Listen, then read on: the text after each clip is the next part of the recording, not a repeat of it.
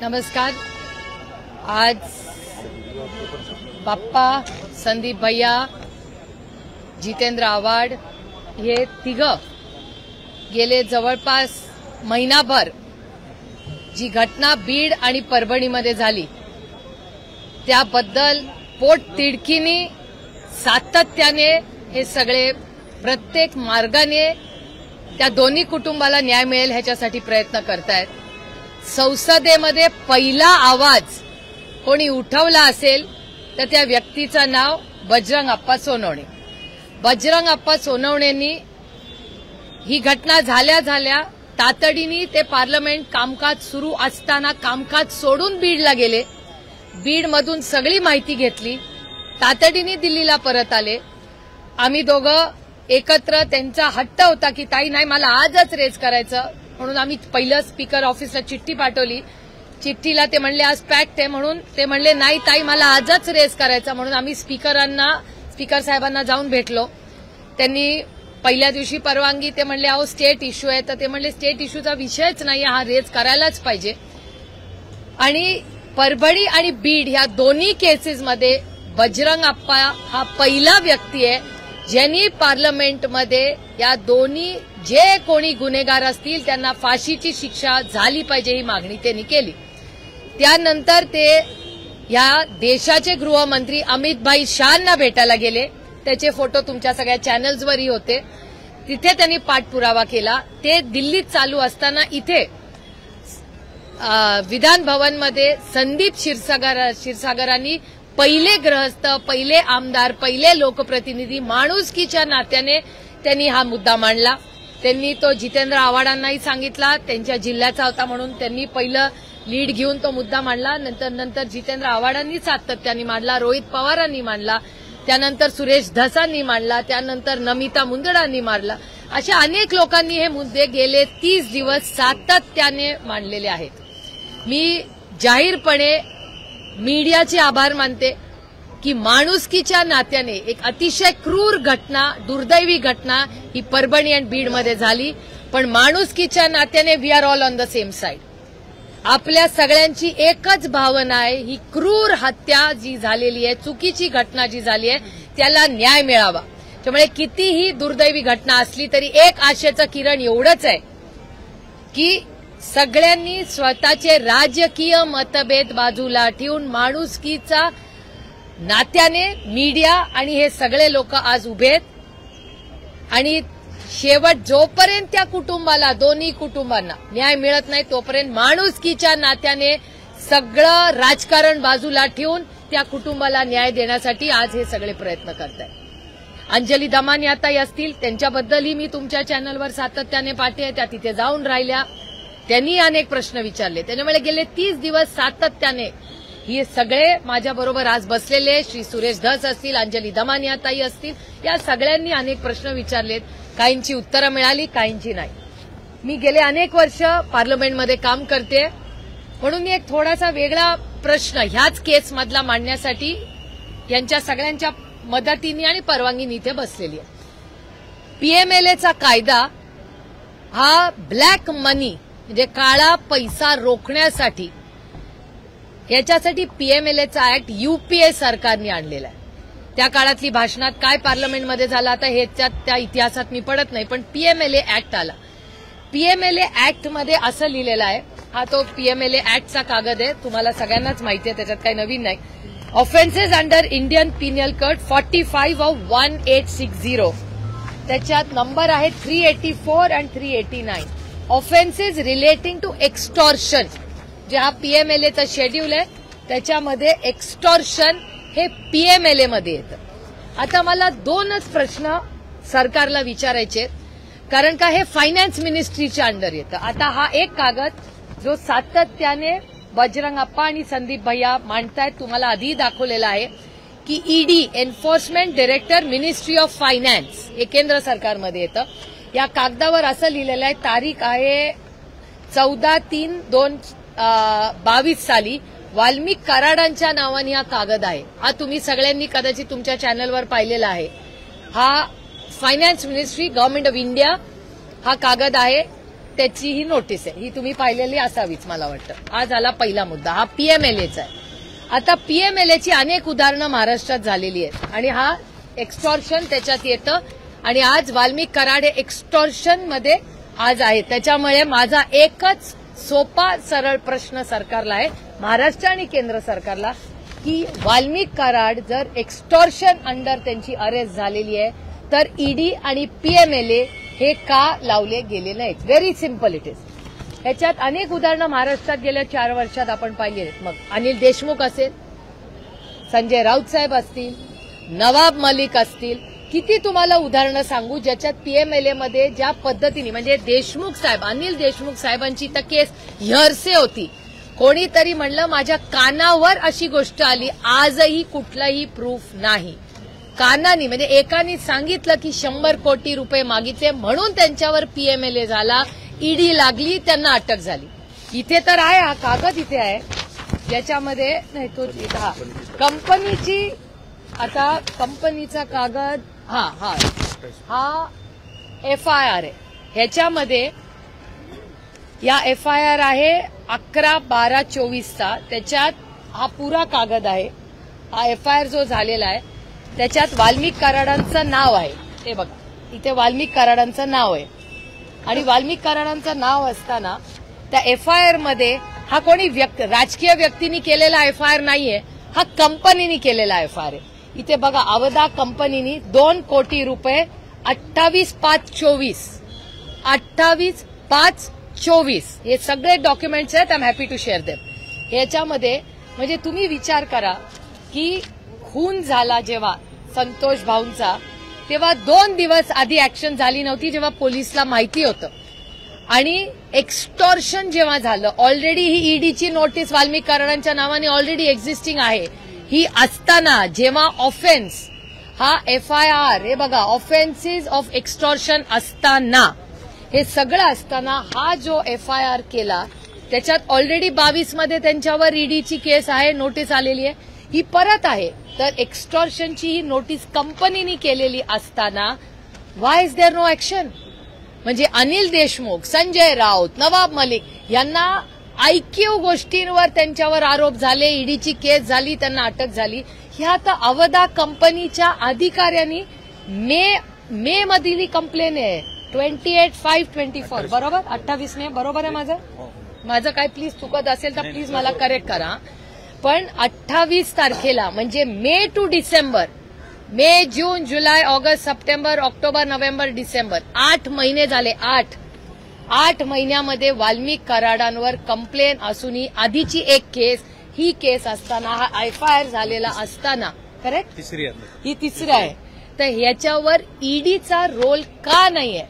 माझी ईडीला विनंती आहे की फायनान्स मिनिस्ट्रीमध्ये आपण सगळ्यांनी मिळून तो बिल पीएमएलएचं पास केलेला आहे, तर कदाचित ह्या सरकारकडून ही माहिती केंद्र सरकारला दिली गेली नसेल तर बाप्पा आणि मी फायनान्स मिनिस्ट्रीला हे पत्र लिहिणार आहे. आम्ही आता बजेट सेशन जेव्हा सुरू होऊ तेव्हा फायनान्स मिनिस्ट्रीचीही भेट घेणार आहे की या ईडीच्या केसमध्ये जर इन्व्हेस्टमेंट्स महाराष्ट्रात यायच्या असतील, असं जर एक्स्टॉर्शन झालं तर आपल्या महाराष्ट्रात कोण इन्व्हेस्टमेंट करेल? हे खूप चिंताजनक आहे. हा विषय फार गंभीर आहे. हा राजकीय विषय नाहीये, हा सामाजिक विषय आहे. महाराष्ट्रामध्ये जर असं एक्स्टॉर्शन सुरू झालं तर इन्व्हेस्टमेंट कोण करेल? आणि एवढंच नाही, त्यांनी केस केली आहे. अहो, आम्ही राजकीय म्हणून तुम्ही आम्हाला न्याय देऊ नका विरोधक म्हणून, पण इन्व्हेस्टरला पण महाराष्ट्रात न्याय मिळणार नाही. आता 6 महिने, मे टू डिसेंबर, आपण जानेवारी महिन्यामध्ये आहोत. का या कागदावर ऍक्शन केलेली नाही? का ईडी आणि पीएमएलएची ऍक्शन झाली नाही याच्यावर? याचं उत्तर आम्हाला द्यावं लागेल. आणि माझे 3च प्रश्न या सरकारला आहेत की संतोष देशमुखांचा हत्या हा एक केस आणि दुसरी फायनान्शियल फ्रॉडची. फायनान्शियल थ्रेट किंवा क्राईम जर झाला तिथे लॅब्स असेल तर ईडी गेट्स इन्व्हॉल्ड. का ईडी याच्यात इन्व्हॉल्व झालेली नाही? 2 दिवसाची गॅप, पुन्हा सांगते, हे आता इंटरकनेक्टेड आहे. म्हणजे वाल्मिक कराडांना ही स्पेशल ट्रीटमेंट सातत्याने का दिली जाते? 2 दिवस जेव्हा धमकी दिली 2 दिवस तेव्हा जर पोलिसने ऍक्शन घेतली असती तर कदाचित संतोष भाऊंची हत्या झाली नसती आणि 6 महिने हे जर एक्स्टॉर्शन वर पीएमएलए जर ऍक्शन घेतली असती तर कदाचित अवधा कंपनीच्या पुढे एक्स्टॉर्शनचा इश्यूच राहिला नसता. आता ह्याचं उत्तर आम्हाला महाराष्ट्र सरकारला द्यावं लागेल. आणि पुढची गोष्ट, आणि हे मी एकटी मांडलेलं नाहीये, ह्याच्यात ह्या सगळ्या गोष्टी ह्यांनी सगळ्यांनी मांडलेल्या आहेत, सगळ्या पक्षातल्या लोकांनी मांडल्या आहेत, अंजलीताई दमानेंनी पण मांडलेल्या आहेत. पण ह्याच्यापुढे आम्हाला काही उत्तर मिळत नाही. त्याचबरोबर ही एक बागी असताना लाडली बहीण योजना, या योजनेचे अध्यक्ष, प्लीज आय स्टँड करेक्टेड, माझं काही चुकीचं असेल तर I am happy to be corrected, की जेव्हा बीड मध्येची जी कमिटी आहे त्याचे अध्यक्ष हे करेक्ट परळी तालुक्याचे अध्यक्ष आजही करेक्ट आजही वाल्मिक कराड आहेत. आता ही योजना आली कुठल्या महिन्यात? ही लोकसभेनंतर आली. लोकसभेच्या आधीच हा एक्स्टॉर्शनचा गुन्हा होता. ज्या माणसावर एक्स्टॉर्शनचा गुन्हा आहे त्याला तुम्ही महिलांच्या या लाडली बहीण योजनेचा अध्यक्ष करता, जे किती असंवेदनशील. It's just shocking. मला ह्या 3च प्रश्नाची उत्तरं पाहिजेत की हे ईडी आणि पीएमएलए का नाही ह्याची अंमलबजावणी झाली. आज 30 दिवस झाले त्या हत्येला, क्रूर हत्येला. आजही एक त्यातला खुनी इन्व्हॉल्व जो आहे तो फरार आहे. तर त्याचं उत्तर सरकारला आपल्याला द्यावं लागेल. आणि लाडली बहीण योजनेचा आजही परळीचे ते अध्यक्ष आहेत. त्याच्यामुळे अनिल देशमुख, संजय राऊत, नवाब मलिक यांना या देशात एक कायदा आणि वाल्मिक कराडांना एक कायदा, असं का? मी कुठलाही आरोप करत नाही या सरकारवर.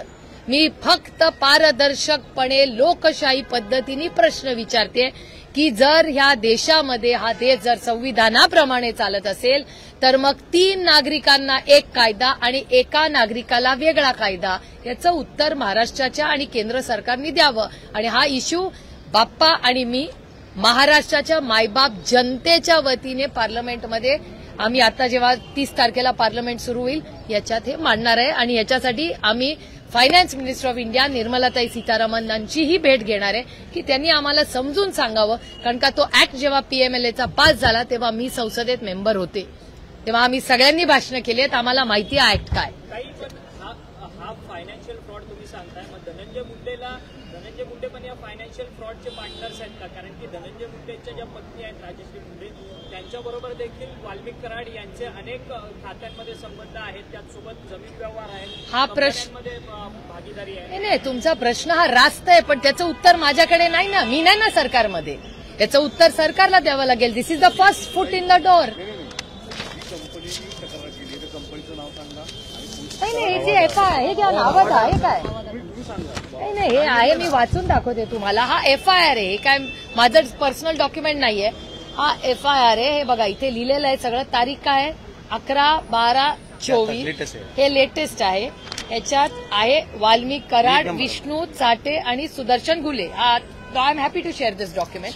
आणि त्याचबरोबर हे लिहिलेलं आहे, हे बघा इथे लिहिलेलं आहे.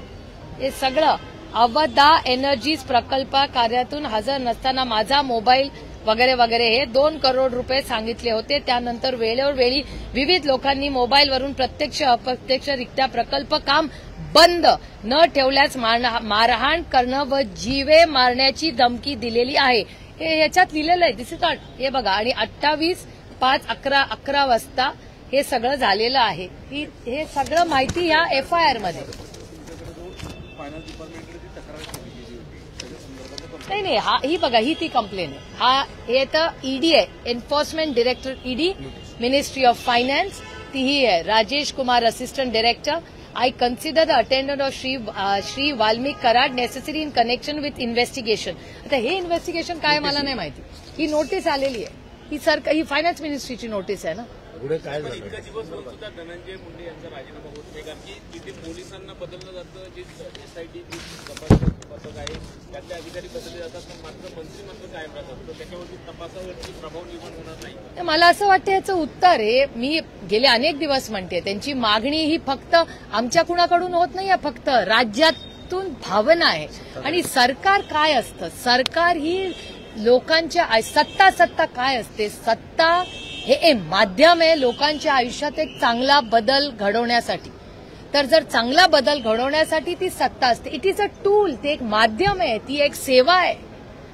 तर ती सेवा करण्यासाठी आता तुम्हाला माहिती आहे की अशोक चव्हाणांनी पण नैतिकतेने दिलाच होता राजीनामा. अशी किती उदाहरणं महाराष्ट्रात नाही देशात झालेली आहेत. अहो, एक काळ असा होता की एखादा रेल्वे ऍक्सिडेंट झाला ना तर रेल्वे मंत्री राजीनामा द्यायचे. Lal Bahadur Shastri, you remember those, ते होते. किती लोकांनी असे दिलेले आहेत. तर नैतिकतेच्या जी काय भावना आहे ती सगळ्या चॅनल्सवर आहे. आज 30 दिवस झालेले आहेत. आजही तुमच्या चॅनलवर त्या मुलीचे अश्रू बघून अस्वस्थ व्हायला होतं. म्हणजे काय माणुसकी राहिली आहे का नाही. त्या मुली काल कुठल्या तरी एका चॅनलवरच मी पाहिलं, त्या मुलीचा भावाचा वाढदिवस होता.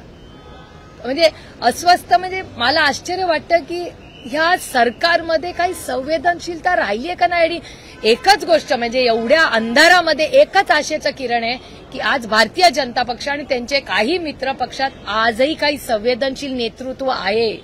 सुरेश धस, सोलंकीजी हे बोलतायत. त्याच्यामुळे मला आशेचं किरण आहे की एवढे ह्या संवेदनशील नेत्यांनी ह्या सगळ्यांबरोबर सगळे राजकीय इलेक्शन्स होतात आणि जातात. माणुसकीच राहते, नातीच राहतात.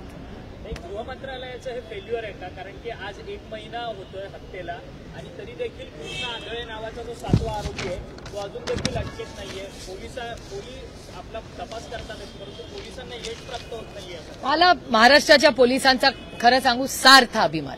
मला महाराष्ट्राचे पोलिसांबद्दल म्हणजे जेव्हापासून मी लहानपणापासून बघते त्या वर्दीचा मला अभिमान आहे, त्या व्यक्तींचा मला अभिमान आहे. एक कॉम्पिटेटिव्ह एक्झाम घेऊन या पोलीसमध्ये भरती होतात, कष्टांची परिकष्ट करतात. न्यू इयरला आपण सगळे एन्जॉय करतो तेव्हा ते ड्युटीवर असतात.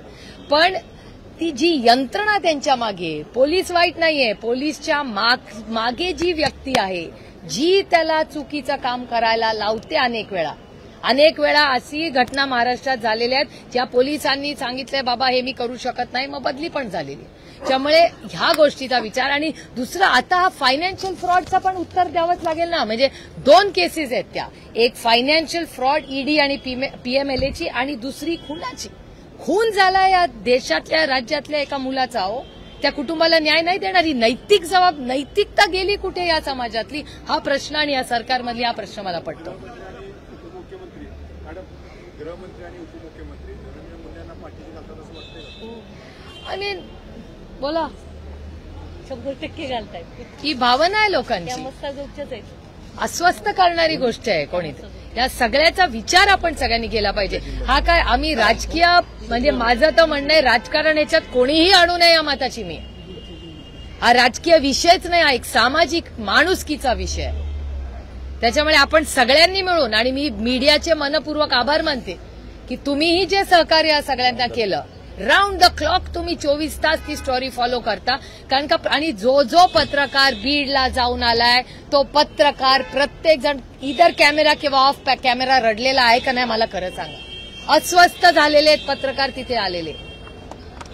प्रचंड दहशत आहे तिकडे आणि दहशत महाराष्ट्रात आम्ही टिकू देणार नाही. मग कुठल्याही पक्षाची असू दे काय माणुसकी आहे का नाही. हो, दहशत या विषयावर सांगतो. तुमच्यातला एक पत्रकार दहशतीला घाबरून सगळे विषय सोडून पुण्याला निघून आला. तुम्ही चौकशी करा. तो अतिशय चांगली पत्रकारिता करत होते. खूप दिवसानंतर ग्राउंड रिपोर्ट येत होते. त्याच्या मागे लोक ठेवली. तो जिथे जाईल तिथे लोक गेली. शेवटी तो इतका अस्वस्थ झाला की तो तिथलं सगळं पत्रकारिता वगैरे सोडली आणि घरी निघून आला. तुम्हाला सगळ्यांना नाव पण माहिती आहे. मी नाव नाही घेत, त्याला मला अडचणीत नाही आणायचं आहे. पण हे अनफेअर आहे यार. हे काय चालू आहे. माझी महाराष्ट्राच्या माननीय मुख्यमंत्र्यांना विनम्र विनंती आहे, एक आई म्हणून, एक महिला म्हणून, एक नागरिक म्हणून आणि एक लोकप्रतिनिधी म्हणून. कधी तर एवढी मोठी मेजॉरिटी या सरकारला मिळाली, ब्रूट मेजॉरिटी इंग्रजी, एवढा मोठा संख्याबळ त्यांना मिळालंय.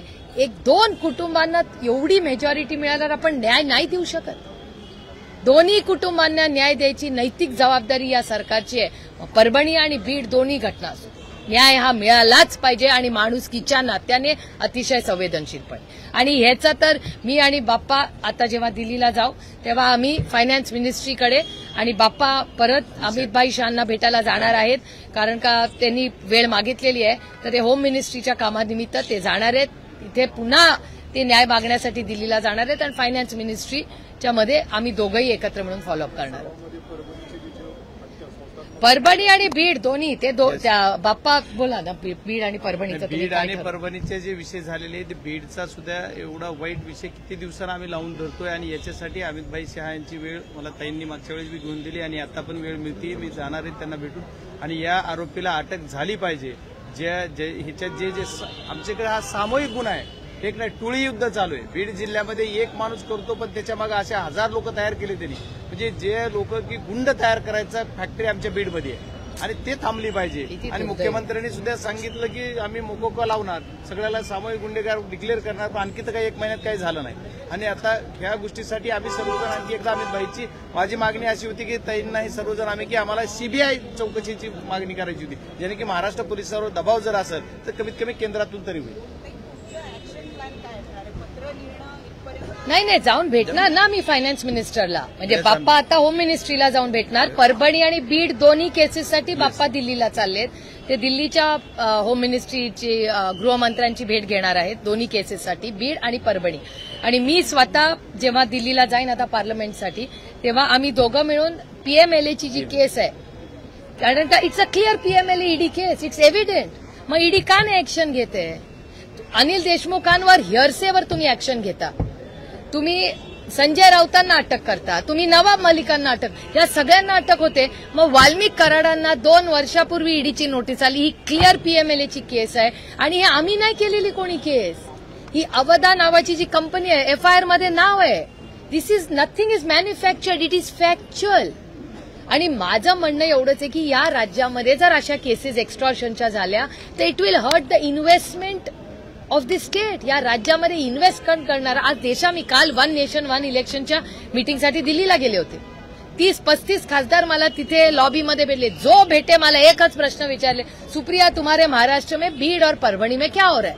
प्रत्येकाला सांगून सांगून थकून गेले मी की मला इतकं वाईट वाटलं की ज्या महाराष्ट्राबद्दल सार्थ अभिमान आम्हाला सगळ्यांना आहे की या देशामध्ये या राज्यात क्राईम होत नाही, समतेची भाषा या राज्यांनी दिशा द्यायचं काम केलं. त्या महाराष्ट्रामध्ये एक गरीब कष्ट करणाऱ्या स्वतःच्या कर्तृत्वाने कष्टाने उभं राहिलेल्या 2 कुटुंबाच्या मुलांचा अशी हत्या होते.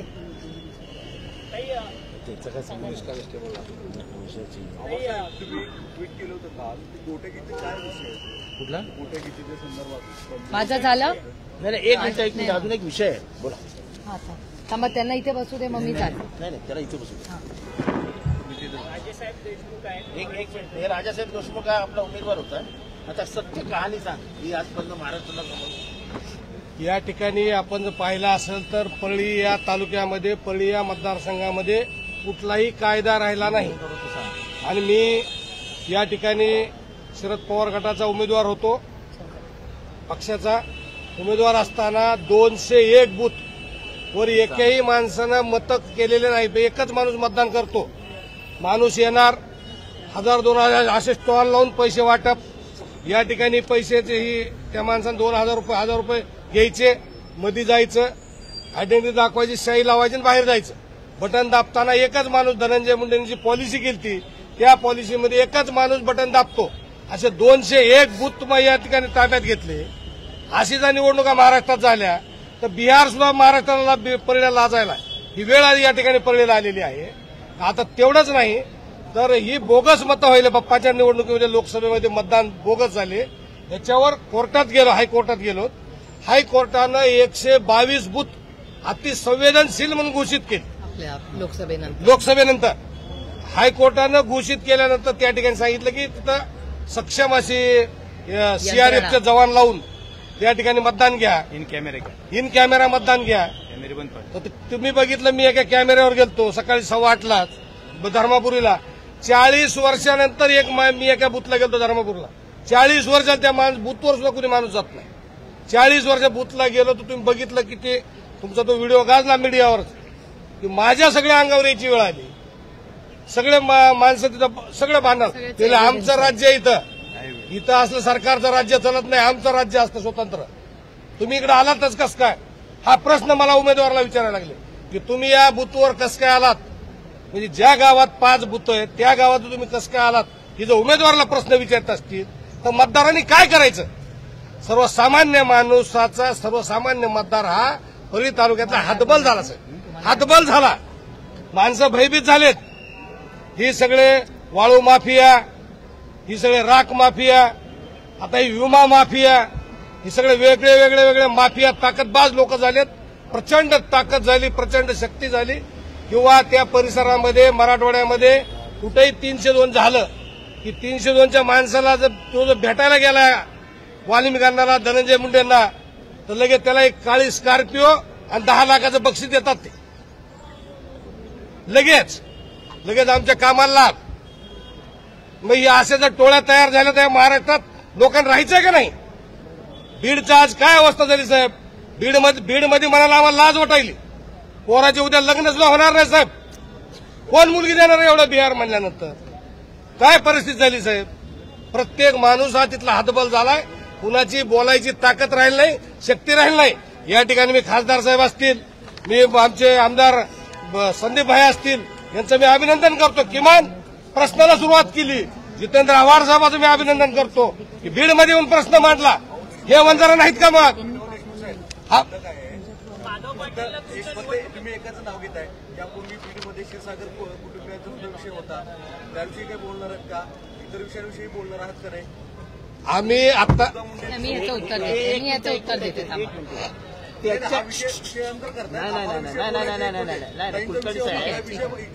कुलकर्णी साहेब गेले महिनाभर तू माझ्याशी बोलतोय.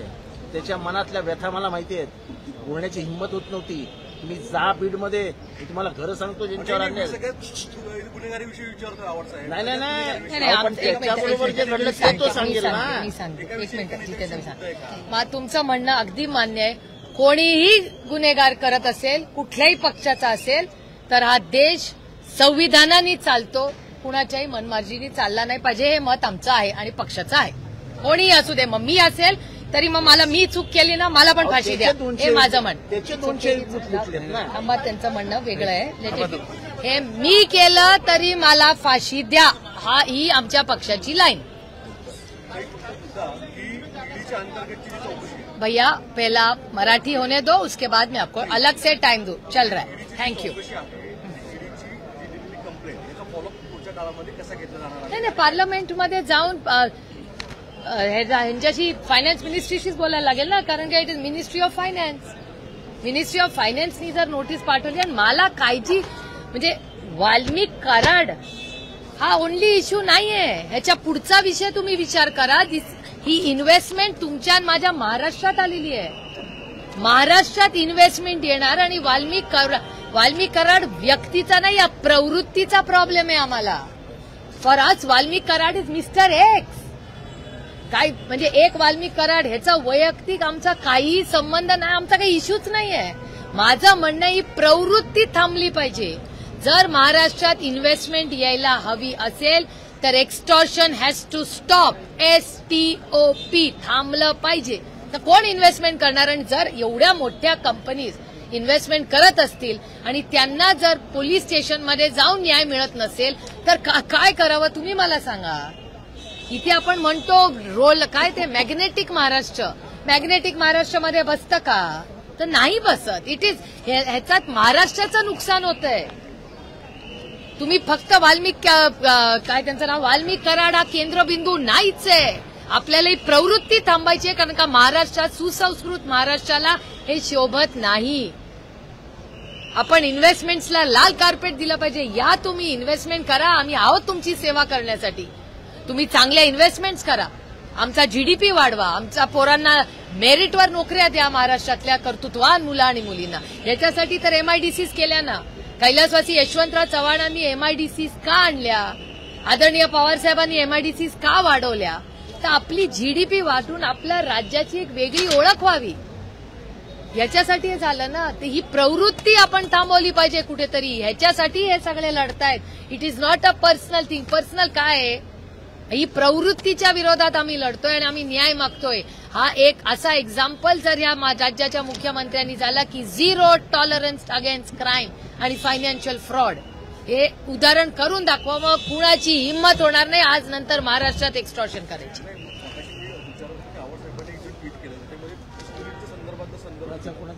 पिस्तूल गोट्या कोण मोठ्या गीताचं नाव काय घेतलं?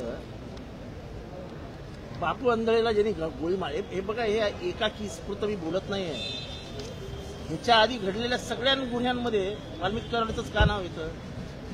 हा जे बोलला ना की लोक बोलत नाहीत. रामकृष्ण भांगर 8 महिने फरार आहेत, घराला टाळं लावलंय, त्यांच्या घरी जाऊन त्यांच्या पोरीला दम दिलाय. तुम्हाला बीडची ग्राउंड रियालिटी माहितीच नाहीये, म्हणजे मलाही माहित नव्हती.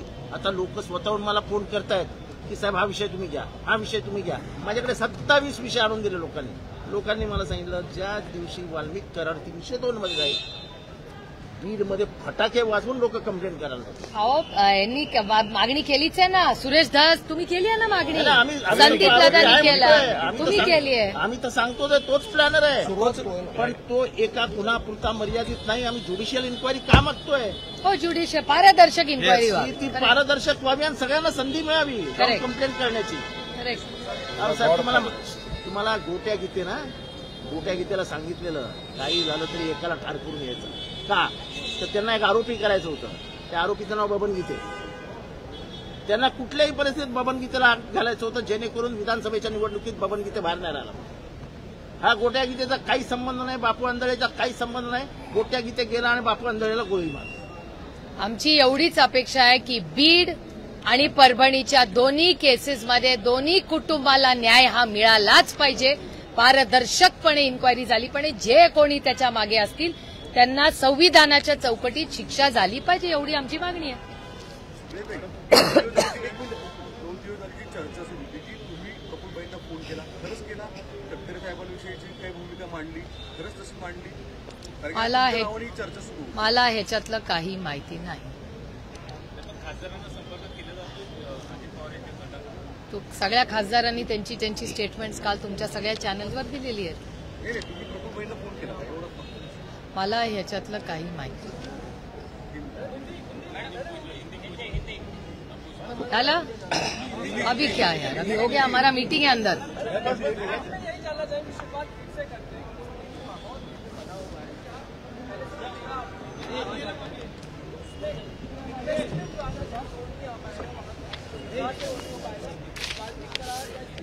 हमारी सिर्फ 3 मांगे हैं. हमारे भाई संदीप क्षीरसागर जी, हमारे भाई सोनावणे जी, ये 2 ऐसे गृहस्थ हैं जिन्होंने, एक ने असेंबली में और दूसरे ने पार्लियामेंट में, दोनों ने इस बारे में संक्षेप में उनकी मांग दोनों जगह रखी है. सोनावणे जी अमित शाह जी को भी मिल चुके हैं. बीड और परभणी दोनों ही घटनाओं के बारे में उन्होंने अमित भाई शाह से न्याय मांगा है कि भैया पारदर्शक पड़े इंक्वायरी हो. और हमारे सिर्फ 3 सवाल है जिसके बारे में संदीप क्षीरसागर जी भी बोल चुके हैं और उनकी मांग रही है, और बजरंग अप्पा जी की भी मांग रही है. 3 हमारी मांगे हैं. पहली मांग कि ये जो फाइनेंशियल फ्रॉड है, एक्सटॉर्शन जो होता है, वो पीएमएलए और ईडी के आता है, उनके दायरे में आता है. तो अगर उनके दायरे में वो आ रहा है और वाल्मीकि कराड इनका नाम यहाँ है, जिनको अरेस्ट किया है, जो आप ही के हमारे चैनल से पता चला कि उनका नाम बहुत बार आ रहा है. उनको एक ईडी का एक नोटिस आया था फाइनेंस मिनिस्ट्री से, दिल्ली से. वो आया था 14/3/22 को. तो इसका आगे क्या हुआ, एक सिंपल सा सवाल है. और एक्सटॉर्शन को इस देश में जब कायदा बना था तब मनमोहन सिंह जी की सरकार थी, और एक्सटॉर्शन को पीएमएलए और ईडी के दायरे में ये आता है. तो अगर एक्सटॉर्शन की केस हो चुकी है, उसका एफआईआर है, तो क्यों नहीं ये ईडी और पीएमएलए में ये केस पे एक्शन क्यों नहीं लिया जा रहा है? ये हमारा पहला सिंपल सा सवाल है. दूसरा हमारा ऐसा सवाल है कि आज तक अरेस्ट बहुत सारी हो चुकी है, लेकिन आज भी एक खूनी है जिसपे आरोप है, उसको अरेस्ट नहीं हुआ. आज 30 दिन हुए. रोज हम टीवी पे उनके जो बच्चे देखते हैं, उनका दुख हमसे किसी से देखा नहीं जा रहा है. ये सब जा चुके हैं, बहुत बार फैमिली से मिल चुके हैं. आदरणीय पवार साहब ने उनको वायदा किया है, उन बच्चों की सारी जिम्मेदारी हम सब प्यार से लेंगे. हम इसमें कोई भी राजनीति नहीं लाना चाहते. ये राजनीति की बात है ही नहीं, ये इंसानियत की बात है। और भले बीजेपी के हो, अजीत पवार के पार्टी के एमएलए हो, बहुत सारे ऐसे महाराष्ट्र के संवेदनशील नेता है जो साथ में इंसानियत के नाते आज ये केस के खिलाफ पूरी ताकत से लड़ रहे हैं, क्योंकि उनको लगता है ये दोनों जो फैमिली है, जो बीड़ और परभणी के, दोनों को न्याय मिलना चाहिए। दोनों हत्या है, चैनल पे रोज दिखाया जा रहा है। और मैं मीडिया की तहे दिल से आभारी हूं कि 30 दिन से आप भी ये जो विषय है वो बहुत सीरियसली ले रहे हैं। और हमारा और एक सवाल है कि 2 दिन का गैप था पुलिस में, अगर वो 2 दिनों में अगर पुलिस ने सुना होता तो शायद हमारे भाई संतोष जी आज जिंदा होते। और जो केस एक्सटॉर्शन का हुआ था वो 6 महीने पहले, अवधा नाम की जो कंपनी है, 6 महीने, उसका एफआईआर यही है, उसके सारे डिटेल्स आप ही के पास है। तो ये यहाँ लिखा हुआ है कि 6 महीने पहले की ये बात है। तो 6 महीने में एक्सटॉर्शन अगर पीएमएलए और ईडी की दायरे में आता है तो इस पे एक्शन क्यों नहीं लिया गया, और नहीं लिया गया तो आप कब लेंगे, ये हमारा सवाल है। और तीसरा सवाल है कि लाडली बहन योजना ये लोकसभा के बाद आई, तब तक तो ये तो केस आ चुका था। ईडी, पीएमएलए, एक्सटॉर्शन, मर्डर, सारे जो आरोप इस दुनिया में हो सकते सारे इस गृहस्थ पे थे, श्री वाल्मीकि कराड जी। अगर उनको इतनी सारी नोटिस आई थी तो लाडली बहना योजना के अध्यक्ष परली पे ये श्री वाल्मीकि कराड, उनको कैसे किया गया? जिस आदमी पे एक्सटॉर्शन का आरोप है उसको अब लाडली बहन के योजना का अध्यक्ष करेंगे? और 6 महीने से ये चल रहा है, ये आज की बात नहीं है। संदीप भैया हो, बजरंग सोनावणे, सारे सवाल पूछते गए, लेकिन सुनने वाला कोई नहीं था।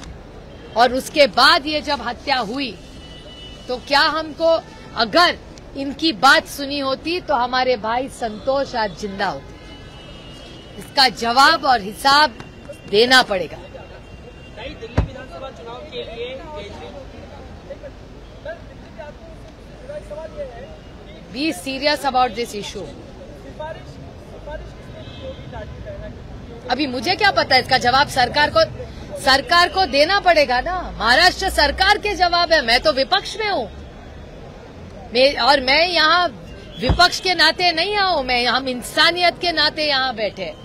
इंसानियत के नाते आज इस सरकार की जिम्मेदारी है कि जो सारे पार्टी के, सुरेश धस जी हो, अंजलि दमानिया जी हो, सोलंकी जी हो जो अजीत पवार के पार्टी से है, तो वो मिसेस मुंदरा हो जो वहां की सांसद, ये विधायक है, उन सारों ने साथ मिलके इंसानियत के नाते इसका जो भी न्याय हो, उस फैमिली को जब तक न्याय नहीं मिलेगा हम राजनीति से उठ के इंसानियत के नाते ये दोनों फैमिलीज, परभणी और बीड़ की फैमिलीज के लिए पूरी ताकत से इंसानियत के नाते लड़ेंगे।